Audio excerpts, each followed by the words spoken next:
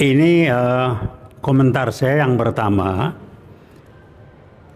kalau mau ngasih argumentasi, berilah argumentasi yang cerdas, yang pintar.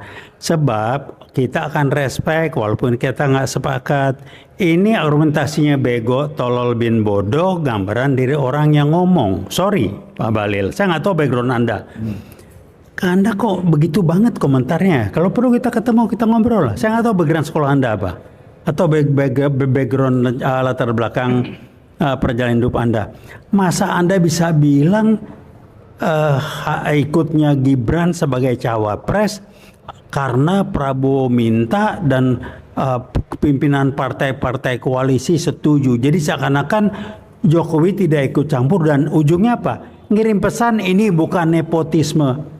Masya Allah, saya bilang Anda nih goblok atau tolol, maaf ngomong saya kasar. Karena orang kayak Anda di ngomong halus nggak akan nangkep. Sebagai orang tua Jokowi kalau memang nilai-nilainya tidak melarang nepotisme, dia akan bilang nggak boleh. Ini pura-pura tolol, diam, cari muka. Jadi Jokowi nggak terlibat. Ini Prabowo yang minta.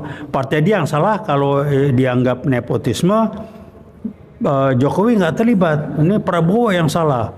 Ketua partai yang salah. Udahlah, Anda jangan anggap semua orang begonya kayak Anda lah. Saya ngomong kasar supaya Anda tahu. Pembodohan macam apa yang dia lakukan sehingga seolah-olah rakyat Indonesia ini tidak bisa berpikir, tidak bisa mengungkap fakta dan tidak bisa menyelidiki apa sebenarnya yang terjadi, Bang.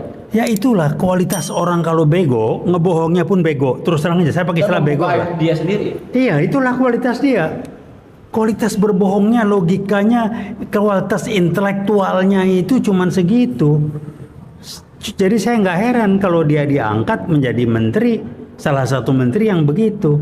Itu yang saya bisa sampaikan, maaf kalau yang tersinggung. Yang ngomong Anda, ini kesimpulan. Anda menggiring saya, membuat saya sampai pada pendapat seperti itu. Silakan bantah kalau nggak betul. Mari kita ketemu. Kita ngomong di publik boleh. Nah. Saya tantang Anda. Apa konsekuensi bagi generasi muda dari pernyataan Bahlil ini? Apakah mahasiswa merasa kok ada seorang menteri memberikan sebuah pernyataan yang begitu dangkal yang seperti ini mahasiswa sudah nggak tahu apa-apa? Gimana itu, Bang? Enggak, kalau mahasiswa mestinya cerdas, dia bisa nangkep lah. Kan begini, dalam komunikasi publik itu, bahkan komunikasi yang enggak publik juga ada dua kan.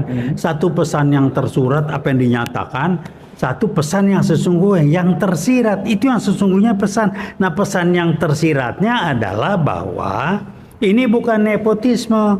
Karena bukan Jokowi yang meminta Gibran ikut. Jokowi seakan-akan tidak tahu menau. Jadi kalau sampai ini disalahkan, ya salah sama Prabowo, sama ketua-ketua partai. Itu yang dilakukan. Jadi kalau memang dia tingkat kecerdasan intelektualnya cuma segitu, jangan nyamakan semua orang seperti dia. Gua heran. Udah statement-statement dirempang aja nggak jelas, ini lagi tambah kelihatan kualitasnya. Makasih, sorry saya ngomong keras. Bang, jadi nggak cocok dong untuk jadi wakil presiden Gibran itu. Kalau saya ditanya pribadi, bukan cuma tidak sah.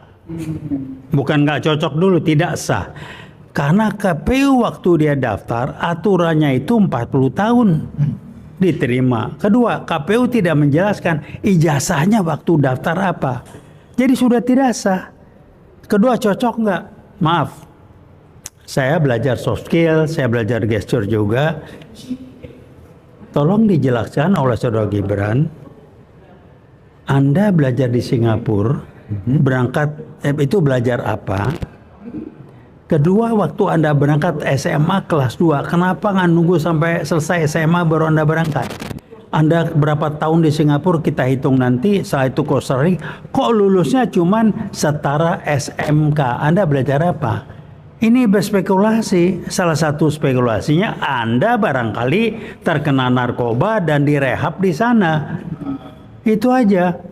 Karena dari wajah Anda itu bukan wajah orang cerdas, etikanya enggak, bukan etika, sorry. Anda enggak kenal nilai-nilai hidup yang benar, tidak tahu adab. Barangkali ya karena orang tua Anda nggak ngajarin, berbohong itu adab, termasuk kriminal nantinya. Anda gayanya kayak begitu, udahlah ya. Saya belajar gitu, Anda nggak usah tepu-tepu lah ya.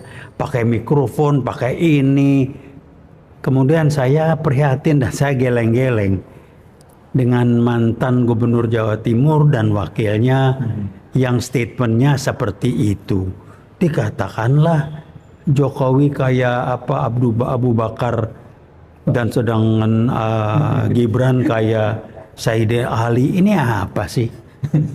Khofifah, Anda nih ngomong yang rada bener lah ya. Anda disandera kita tahu kok, kasus bansos. Emil Dadak, Anda juga ikut sandra, barangkali kasus bansos. Itu jadi pembicara di belakang pakai udahlah, kita nih nggak goblok-goblok bener lah ya. Era digital gini gampang kau ngeliat orang. Anda nggak malu tuh, ya? Malu lah. Jangan sampai Anda kayak Jokowi yang udah nggak punya malu. Karena berbohong itu sudah bagian dari karakter. Jadi udah nggak tahu, udah nggak punya malu, nggak merasa salah lagi kalau berbohong. Nah, Anda jangan sampai ikut-ikutan yang begituan. Ini komentar saya. Saya ngomong agak keras lah dari Wiwos ini. Karena ngomong rada sopan ini nggak nyampe, itu nggak nempel di kepalanya. Pelajaran buat publik. Pahami ini. Terima kasih.